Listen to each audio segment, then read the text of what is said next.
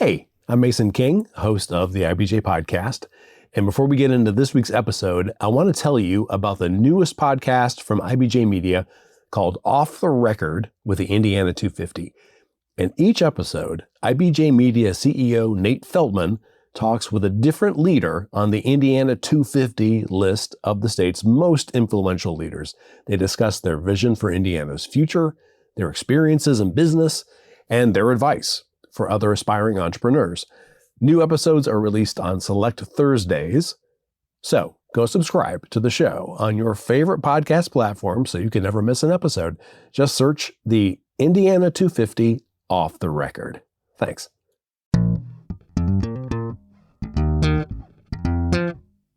This is the IBJ podcast for the week of October 16th, 2023, brought to you by Taft. I'm Leslie Weidenbender in this week for Mason King. I recently attended Mickey's Camp, a sort of corporate retreat that raises money for local not-for-profit organizations and was founded by IBJ Media co-owner Mickey Maurer. While there, I attended a session led by Peter Dunn, who you might know best as Pete the Planner and a personal finance columnist for IBJ. He talked about money and emotions, and he explained 4 money personalities. I asked Pete to join me on the podcast this week to share some of what he talked about. Here's our conversation.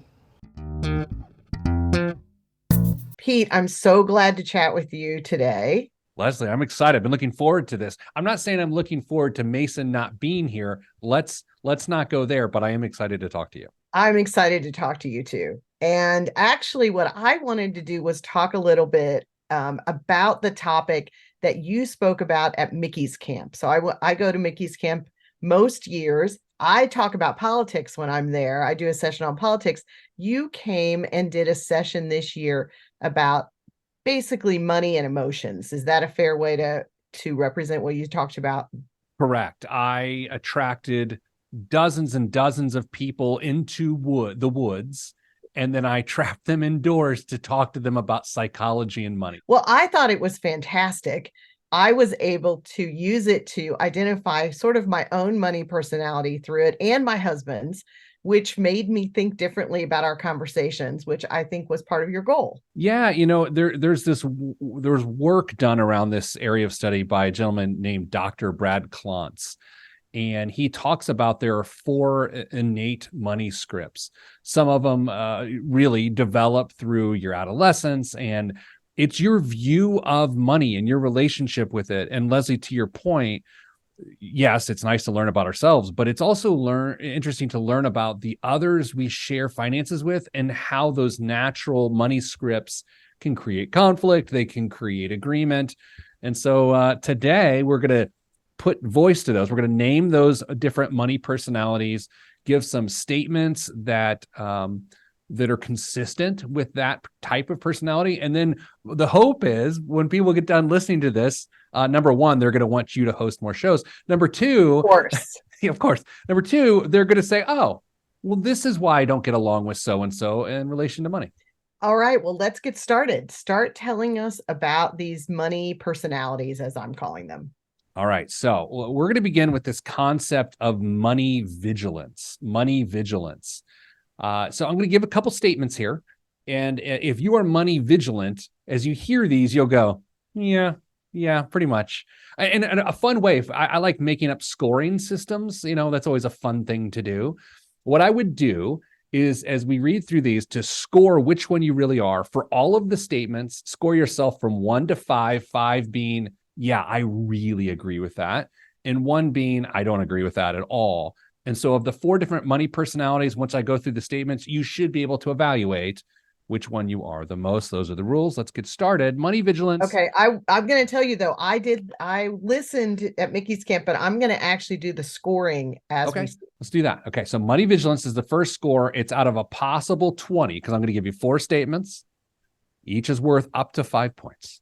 This is like a game show, Leslie. This is a dream come true. I love it. I should have on a sequins jacket. I always wanted to be either on The Price is Right or to host The Price is Right. And to be honest, there's recording of me somewhere telling people to come on down, that they're the next contestant. Gosh, I got to find that. All right. Statement number 1. You should not tell others how much money you have or make. You should not tell others how much money you have or make. If you agree with this, you're giving yourself a 5. If you're like, I don't really give a rip, it's a 1. Okay. Statement number 2. Money should be saved, not spent. Money should be saved, not spent. Statement number 3. It is important to save for a rainy day. It's important to save for a rainy day. And finally, in the money vigilance category, I would be a nervous wreck if I did not have money saved for an emergency. Okay. All right. So now that is money vigilant. And what would you expect somebody who's money vigilant to end up with? What kind of score here? Definitely 15 to 20. Okay. Is probably, and again, what you're going to find is you can be multiple. There's 4 scripts. You're probably higher in 2 of them and lower in the other 2. And so what I love to do is, let's get the scores. And then once we figure out what people are, we'll go back and talk about what are the pros of being money vigilant and what are the cons of being money vigilant. Is that fair? Absolutely. Making up the rules as we go. I love this. Okay. So next one is money worship. Money worship. By the way, Leslie, I hate the title of that one. It makes me feel gross. Are you saying basically if someone ends up scoring high on this, they should not be offended by the title? Yes. Being someone who scores high on this, that is true. And again, it will become abundantly clear here in a little bit. We will see. Okay, so here are the statements. Score them 1 to 5 as to how much you agree with them. The first statement of money worship: things would get better if I had more money. Statement number 2: it is hard to be poor and be happy. It is hard to be poor and be happy. Okay. Money is power. Money is power. Okay. Finally, money buys freedom. Money buys freedom. See what I mean by like money worship being like a gross name for something you're like, okay. Well, yes, I do see that. Well, wait till you hear like the pros and cons of each one, because as you go through them, I'm like, okay. It gets even more enlightening. Okay. Next one's money status, which it's weird because, Leslie, for being honest here for a second, money worship and money status don't feel that different, right? Not entitled, not at all. Okay. So the phrases will be a little different. And then once we get into the pros and cons, you'll see that they're pretty wildly different. Okay. Statement number 1, if you agree with this very much, it'd be a 5. If you don't agree with this very much, it'd be a 1. I will not buy something unless it's new. Will not buy something unless it's new. Side note, I'm not a big leftovers guy. I know it's not pertinent to this conversation. I just feel like I needed to share. You mean like in food? You're talking about food. Yeah. Like if I eat something one night, I don't want to have it less than 24 hours in a lesser version, See, I wouldn't mind living with you then, because then I could have all of your leftovers, because I will eat leftovers all day long. No, I can't do it. Except pizza. Pizza is my only exception. But who has leftover pizza? And do you eat it cold or heat it up? Cold. I'm not a cretin. Statement number 2. Money is what gives life meaning. Ooh. By the way, no judgment. Did I say yet this is a judgment-free zone? You didn't say it quite like that. I think it's good as I'm doing this, as we're going along here. I think it's good to know that. It is. Everyone just calm down. We're not getting judged. This is super private. Just you, me, and Leslie. That's all the people that know. That's all the people will know. Okay. Number 3, your self-worth equals your net worth. And finally, number 4, rich people have no reason to be unhappy. Okay. All right. So that's money status. So far, we've covered money vigilance, money worship, money status, and now we're on to money avoidant. You know the rules. If you agree with this, it's a 5. If you not so much, it's a 1. Anywhere on that scale. Rich people are greedy. If you agree with that a lot, you'd be a 5. If you kind of agree, it's a 3. If you don't agree at all, it's a 1. It is hard to be rich and be a good person. The next one, the rich take their money for granted. And finally, you cannot be rich and trust what people want from you. Okay. So go ahead and add up your totals in each of the categories. Okay. I did not end up where I was expecting. Well, that makes for a good game show. Let's take a quick break to hear from our sponsors. This is the IBJ Podcast. Taft, today's modern law firm. With more than 800 attorneys in 8 primary Midwest markets and the District of Columbia, we provide solutions to the business issues facing middle market and emerging companies alike. We do this through a highly collaborative and inclusive team approach. Taft, the modern law firm. To learn more, visit taftlaw.com.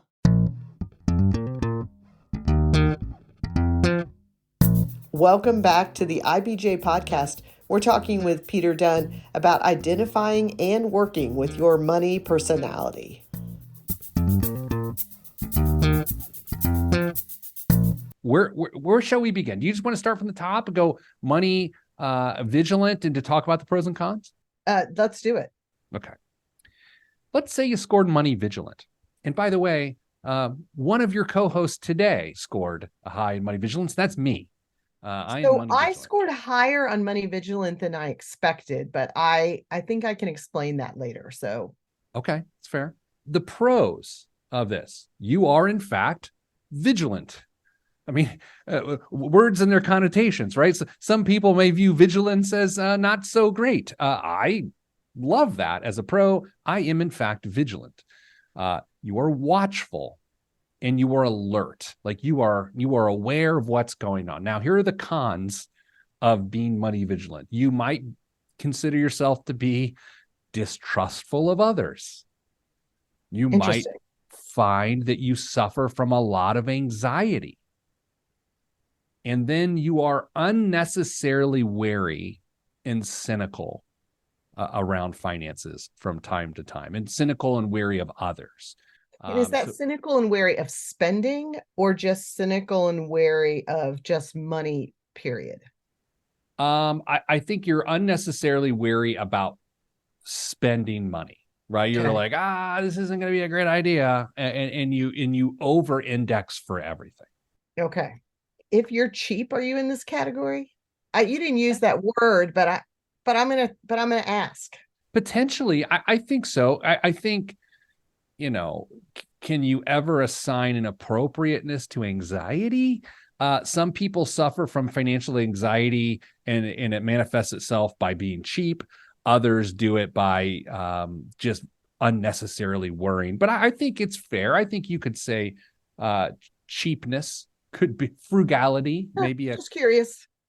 Better Scrabble word, frugality. Yeah. All right. Money worship. This is where your beloved co-host also happens to be in the money worship category. You know what? That's where I scored the highest. And I have to tell you, I did not expect that at all. Okay, wait until you hear the pros and cons, because I think you're going to feel seen.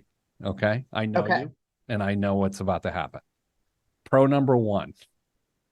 It means you're hardworking. That means you just work. I'm going to totally embrace that. Okay. It's true. And your colleagues think as much. Number 2 is you're charitable. You understand the power of money and you understand the power of giving money. Fair enough. That sounds, this is sounding better. Yeah. Okay. Number 3 is people would view you as outwardly successful, right? Interesting. The cons are almost more telling than the pros. I got to be honest.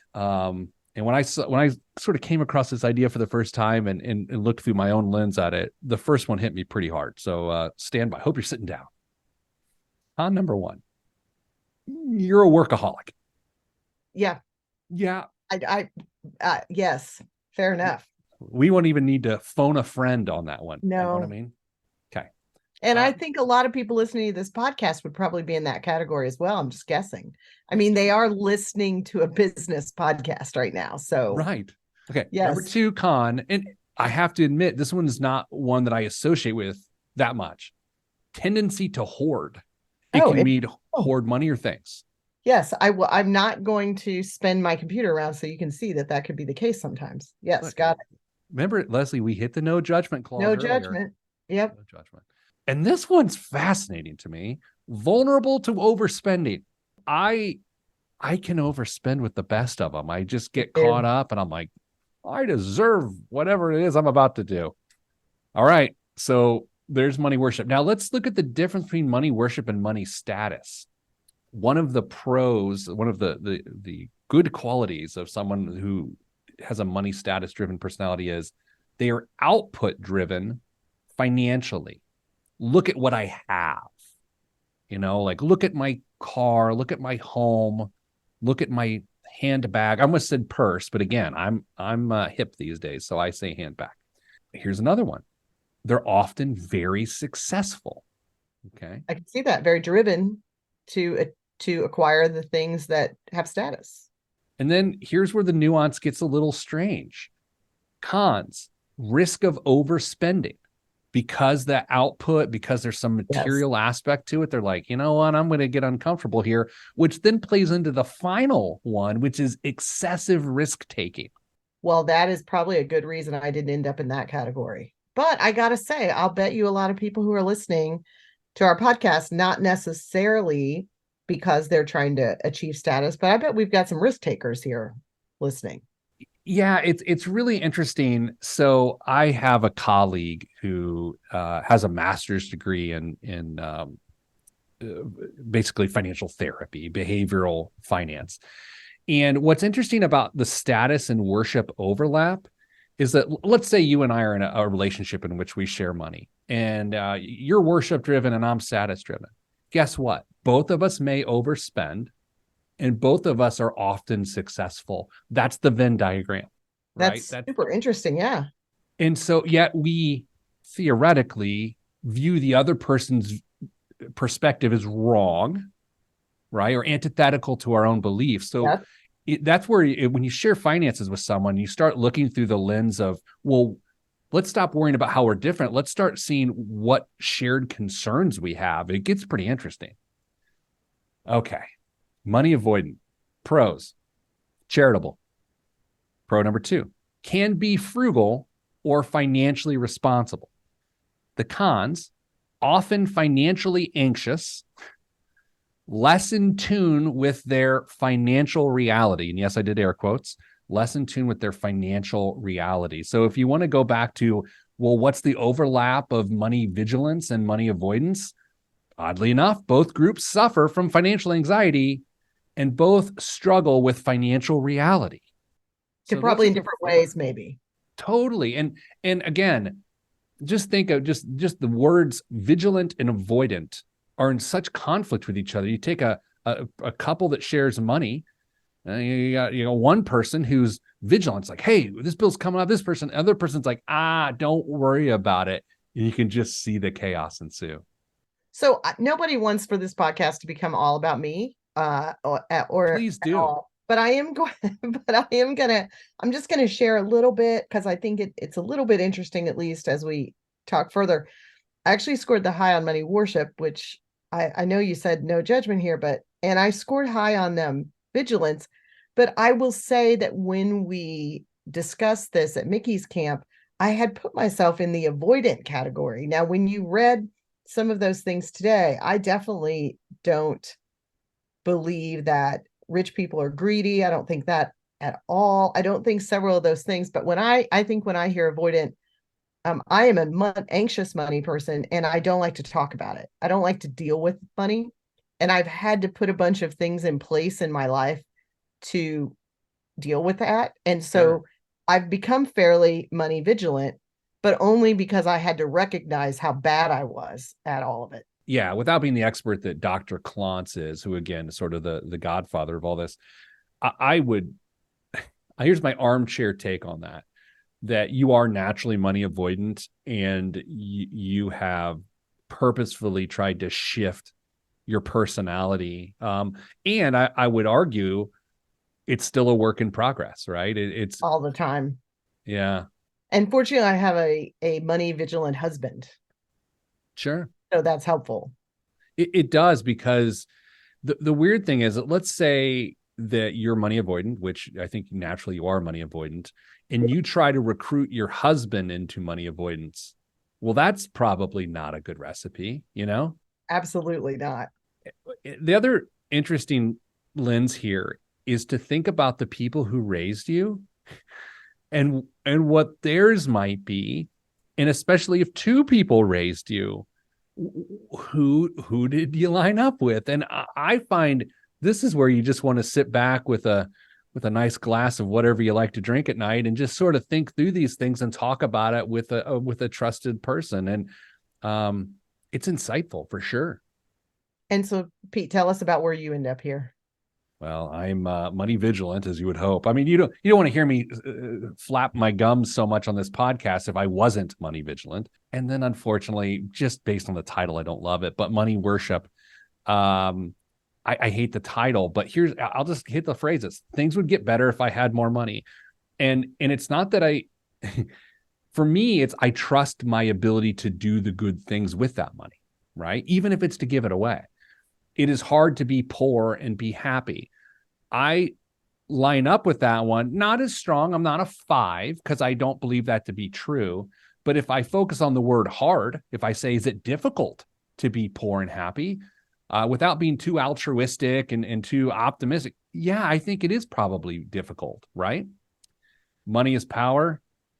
Hey, man, we're political season, Leslie. You know this more than anybody. Yeah, that one I gave a 5. I knew you would. That was easy. And then money buys freedom. I have to say, while I agree with that, it feels kind of like an old school phrase, right? Yeah. But it does. It certainly buys some freedom.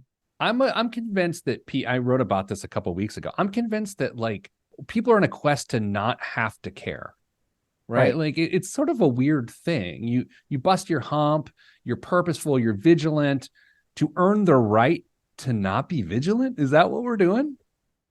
I like to think of it, Pete, as secure. Sure. You're vigilant to earn the right to feel secure so that so it doesn't have to be an everyday thought process. Yeah, I don't know if you ever, I'm sure you did, because most people did at the time, read the Love Languages book or whatever? Yes. Do you remember the first time you read it or heard of the concept? And it was validating, right? It was like, oh, this is interesting. Yeah. I think I'd love in a perfect world, again, for people to feel that way here, but also to know that, let's say you're money avoidant and you've come to the conclusion, like you did, Leslie, that you have to get your financial life in order. And it's a little aggressive, but you want to care more. No, for sure. Yeah. That's exactly what it felt like. Yeah. The weird thing is the best path forward for that isn't to start with budgeting. It's to really take inventory of what you're good at, what you're not good at, where there are risks and where are there opportunities. The classic SWOT analysis. That's the best way to move someone from money avoidant to money vigilant. But here's what our financial culture has taught you, that if you are struggling with money, you need a budget, and you need a budget right now. And if you do that, you're going to burn out so fast if you're money avoidant. And that's why, at least here at Your Money Line, when we help people, we don't start with a budget if they're money avoidant, because it ain't going to work. I was so fascinated by this discussion at Mickey's camp. And so I'd like to stay on it for a while. And I don't know how many of the folks who listen to the podcast would fall into the money avoidant, but it's probably more than we think. You would probably have a better sense, having worked with folks. My money avoidance was less about getting myself into trouble. I never got myself into financial trouble, but it was more about just not paying enough attention to be planning. I was not a good planner. And you're right. I would have struggled with the budget. So what if you're not going to give someone a budget, what would you tell a person who's money avoidant? How would you help them get started in dealing with the cons that come along with that? I think part of being avoidant is you don't want to not only look at the bad, but you're not even willing to look at the good. Yes. And so I think it's acknowledging what's going well. It's like, okay, well, I've got a steady job. We have an emergency fund, and we didn't lose a lot of money in the last downturn of the market. And so if you can use those as building blocks to gain confidence, then that's important. Because here's the thing, people, and this is my opinion, okay? I think sometimes people try to build confidence in avoidance. They try to say, by not looking, I'm gaining confidence in my ability to execute on this plan. Whereas you need to shift your confidence based on vigilance and actual data.